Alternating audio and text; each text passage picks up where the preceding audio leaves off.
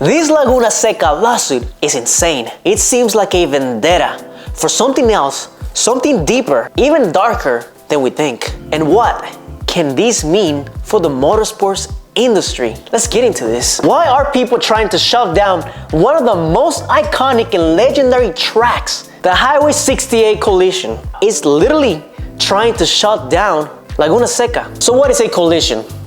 It is basically a group of people reaching for a common goal. So basically a group of people using political or economic power to reach their goal. And some of these goals can be as stupid and unreasonable as trying to shut down Laguna Seca. Laguna Seca was built in 1957 and it's a famous, iconic racetrack. It is so iconic and such a good track that in 2022 they earned $250 million.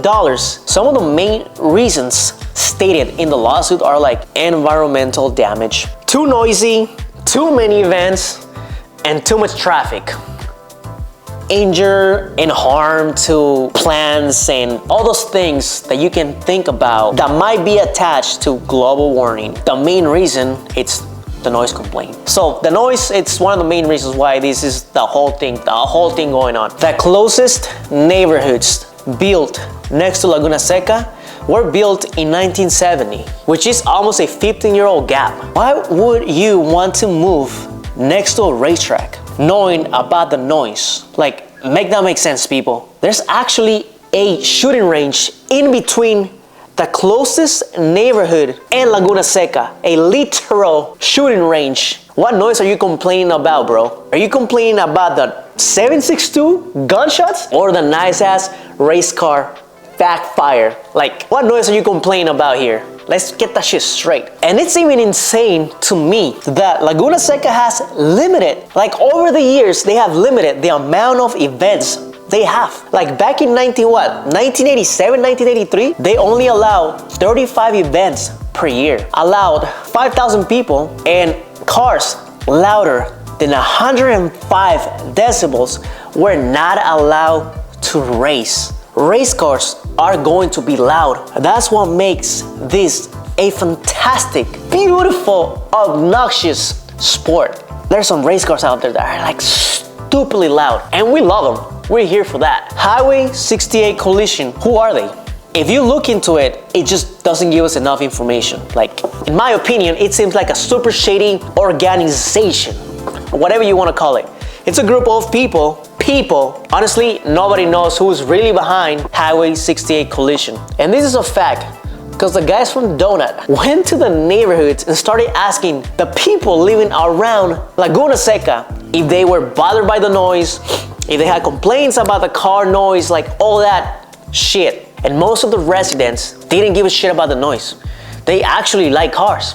They have no complaints. Like some of them even say that they like racing at the track. Like they actually go and race at the track. They were asked if they knew about this Highway 68 collision. Every single one of them didn't have an idea of what the heck this thing is. They don't know who the group is, what they represent, nothing. And that just leaves us with more questions. Who is behind this whole vendetta? Because it seems like a vendetta to me. But according to some sources, there might be one man, a single man behind this. Some people call this man Mike Weaver, Mike Penix Jr. There's a lot of lore behind these men. They said that the reason he's pursuing to shut down Laguna Seca is because back in 1970, his dog got ran over by a race car. But some other people claim that it was not his dog, but his brother, the one that got killed by a race car. But we still have no clue if any of these statements it's an actual fact. So these are just allegations and, you know, lore behind the man that might be behind this whole thing going on. We are not 100% sure, so don't go and dox every Mike Weaver or Mike Penix Jr. because we don't know exactly the man behind this shady, I guess you can call it unethical, unlawful behavior. Even though they are using the law, they still unethical to me. They're literally bending the law to their liking.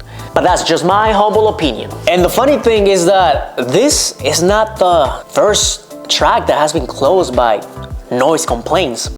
The closure of this racetrack means there will only be one left in the state. One last time, the Palm Beach County racing community gathered here. For 53 years, the final Governor's Cup at the track, as the owners say they are closing down for good. Noise ordinances have killed tracks around America, while others have been bought up by commercial developers. There has been many racetracks throughout the states, many racetracks in the states that have been shut down because of these environmental complaints and all these crazy excuses that people make using the law to prevent people from having fun, enjoying their cars on racetracks. Because if I'm honest with you, it might cost a negative percentage of people to go and start street racing and associating themselves with takeovers, which we know that takeovers are fucking stupid, but I mean, to each their own, man. I'm not here to judge. But literally, by closing these tracks where people can actually go and do legal street racing, now the fuck are they gonna do? They're gonna go and race at the street, on the freeways.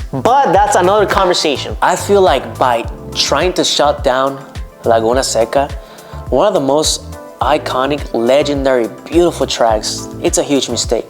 And it's gonna affect a lot of us. They're doing so well. Like, they are literally bringing $250 million a year. That's a big economic push. So shutting down Laguna Seca is not the right move. So there's probably gonna be some fixing to do, some ways to like adjust the track so it won't be noisy for the people that are complaining, which for what we know so far is not a lot of people, because the main residents living closest to Laguna Seca don't even know about Highway 68 collision. And shout out to the guys at Donut, because you guys did an amazing research work. These guys even went out around the track, pinpointing decibels with a little decibel reading, just to prove a beautiful point that even the closest house to Laguna Seca won't be annoyed by the noise. A minivan driving by the street will be louder than the cars zooming through Laguna Seca. Like, come on, bro. You can barely hear anything.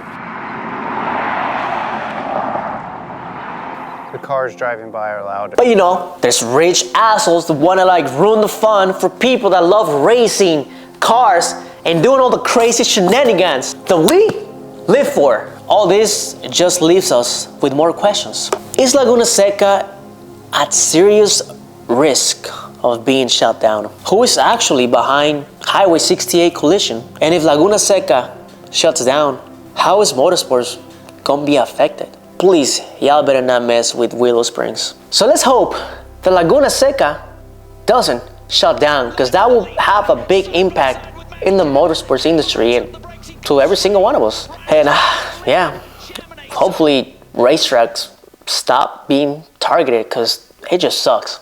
We like speed. Come on now. I'm out. Cut this shit.